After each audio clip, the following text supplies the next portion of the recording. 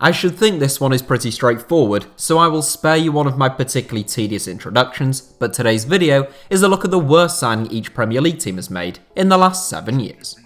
Not the worst player they've signed necessarily, but the worst signing, so taken into account is the player's fee, wages, impact, sell-on fee, performances, and of course, their ability as well. A big welcome to Fulham, West Brom and Leeds United fans, since this is my first time making one of these every Premier League team type videos since the confirmed promotion of all 3 clubs, and a tearful farewell to Norwich City, Bournemouth and Watford. Without further ado then, here are my views on every Premier League team's worst signing in the last 7 years. Arsenal. Shkodran Mustafi. Arsenal have made a few suspect signings over the last 7 years, but I think it's a pretty straightforward decision to pick out Shkodran Mustafi as the worst of the lot. When one accounts for the fee Arsenal paid, the contract they gave him, and the performances that they have received in return, Mustafi is a candidate as one of the worst signings of the Premier League era as far as I'm concerned.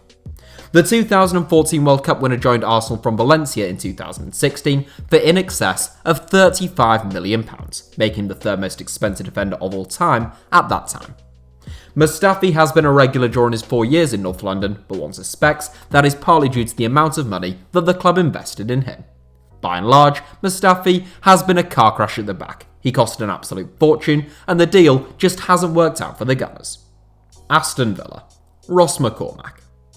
It's a close call between Aston Villa and Everton, perhaps with an honourable mention for West Ham, as to the team with the highest number of dreadful signings over the last 7 years.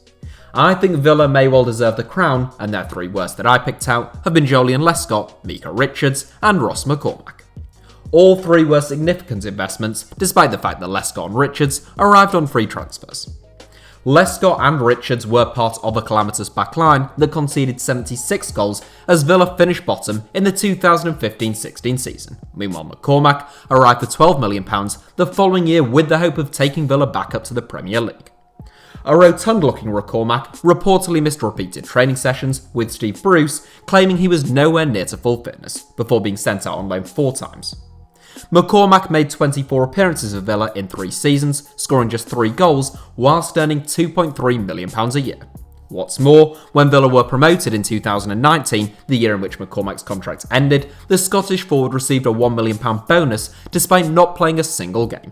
In total, he cost the club £19.9 million, meaning he set Villa back a little over £6.6 million per goal that he scored. Brighton and Hove Albion. Jurgen Locadia. Brighton have had a really mixed record in the transfer market, particularly over the last few years, and I once again narrowed it down to a shortlist of 3 with regards to the Seagulls' worst signing. Honourable or dishonourable mentions go to Alireza Jahanbakhsh and Florian Andone, but my choice is Jurgen Locadia. Following a number of excellent seasons at PSV, Locadia's arrival for a potential £15 million in 2018 was seen as something of a coup for Brighton. Following 2 early goals, Locadia went 10 months without scoring for Brighton, facing accusations of being more interested in producing music than playing football, as well as stating in an interview that he didn't really like heading the ball. Locadia was sent out on loan to Hoffenheim and is currently on loan in the MLS with FC Cincinnati, but if Brighton are ever able to offload Locadia, it will be for less than half of what they paid for him. Burnley. Ben Gibson. Despite not being the biggest spenders in the Premier League, to put it mildly, Brighton have still had a few costly mistakes in the transfer market over the last 7 years. Joe Hart and Mate Vidra were both relatively large investments that haven't worked out, but the Clarets' worst signing of the last 7 years by some distance, and perhaps their worst of all time, has to be Ben Gibson. Following 5 years of first-team football with his boyhood club Middlesbrough, it took a joint club record fee of £15 million to get Gibson out of the North East. But for that money, Sean Dyche signed a centre-back who was supposedly on the cusp of an England call-up. Despite his reputation, Gibson arrived with a big task, to dislodge either Ben Mee or James Tarkowski, and to say that he has failed to complete that task would be a gross understatement. In 2 seasons, Gibson has made only 1 Premier League appearance, even returning to the Riverside to train with Middlesbrough at times. Chelsea. Danny Drinkwater. Where to begin with Chelsea? The Blues have done some wretched business in recent times, from Timothy Bakayoko to the most dishonourable mention of all, Kepa Arrizabalaga. However, those two moves did at least make some sense at the time, whereas Danny Drinkwater, at £35 million, is a transfer that should only happen on a 12-year-old's football manager when you take over at Man City for a week to sign some of your players for stupid fees to boost your transfer budget. Of course, Danny Drinkwater had a good season for Leicester when the Foxes won the Premier League title, but so too did Robert Huth, and you didn't see the Blues forking out close to £40 million in order to bring him back to Stamford Bridge. Since his mega signing, Drinkwater has played 12 league games for Chelsea, and he made a combined total of 5 league appearances last season on loan at Burnley and Aston Villa. A strong candidate for the worst signing by anyone ever in any sport on any planet. Crystal Palace. Jordan Mutch. Crystal Palace have had their fair share of duds in recent times, and if it wasn't for his first season at Selhurst Park, Christian Benteke may have to take this one.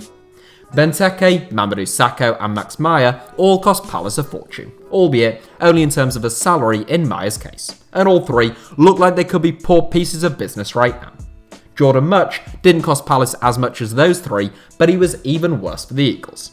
Signed for around £4.75 million from Queen's Park Rangers in January 2015 on a 4-year deal, said to be worth as much as £70,000 a week, Mutch had previously impressed in the Premier League for Cardiff City, but he did nothing at Selhurst Park.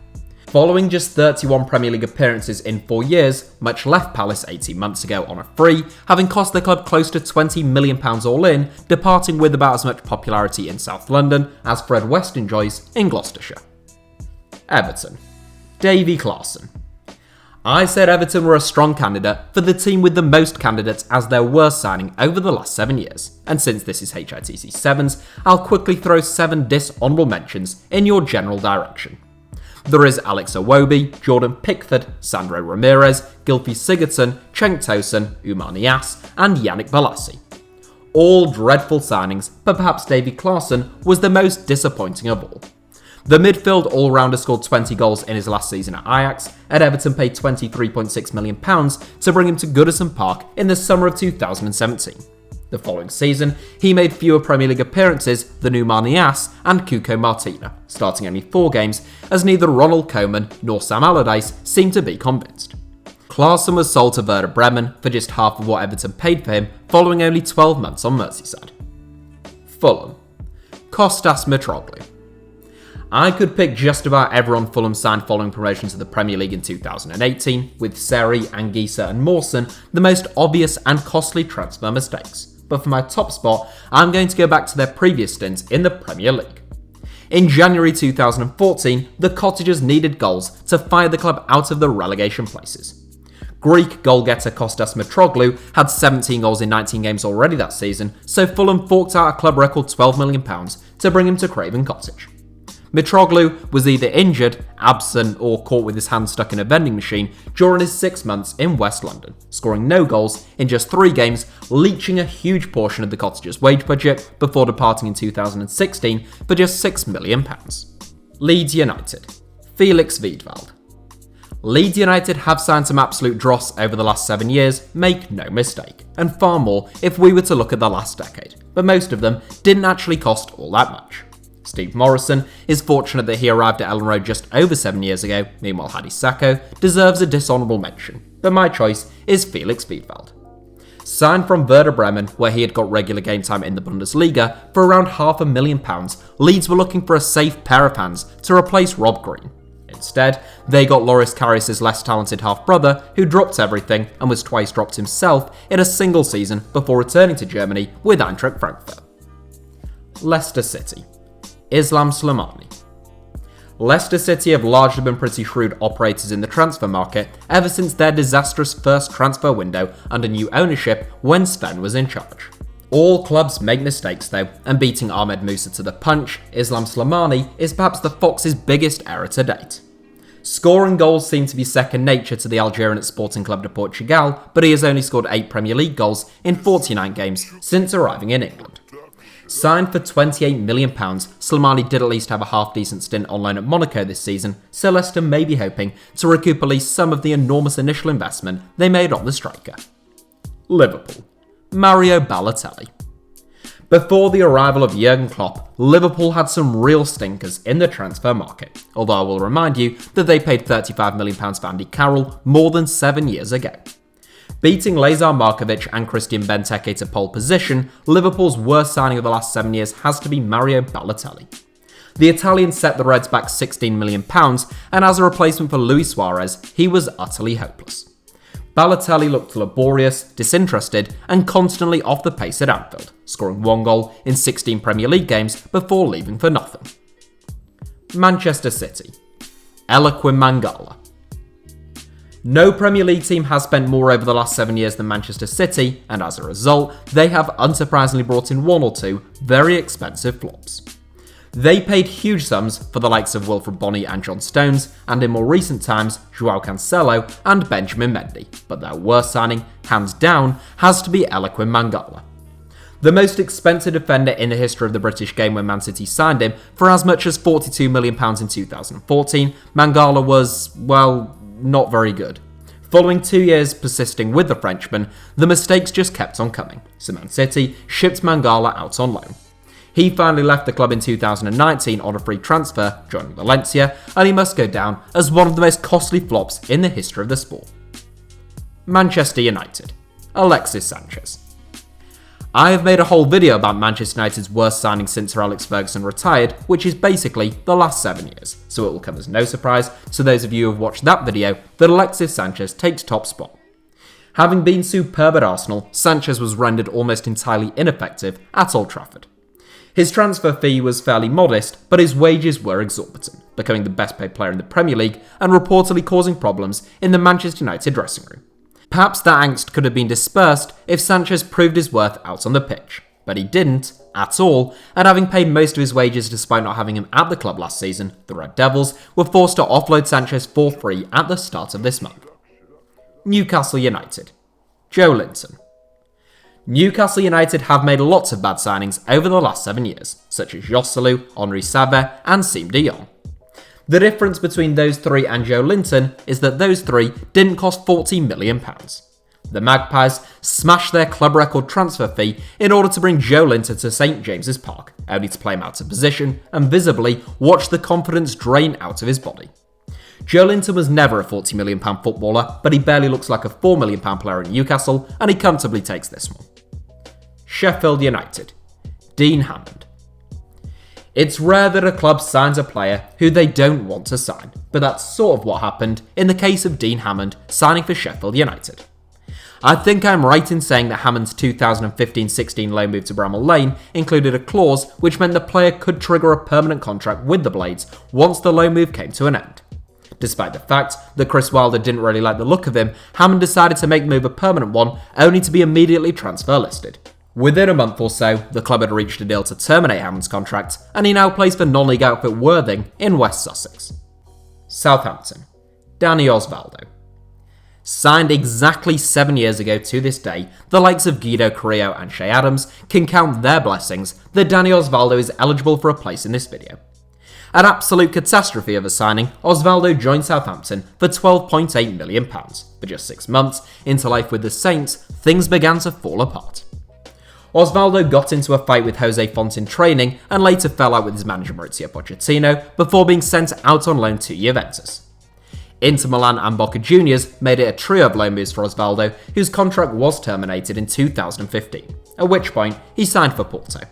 In 2016, Osvaldo retired from football to focus on his music career, but following 4 years out of the game, he returned to action with Banfield in Argentina in January 2020. Tottenham Hotspur. Vincent Janssen. Before you ask, yes, Roberto Soldado was signed more than 7 years ago, meaning it's a battle between the likes of Clinton Njai, George Kevin Nkudu, and Vincent Janssen for this one. Janssen cost the most, arrived with the most expectation, and was the biggest disappointment.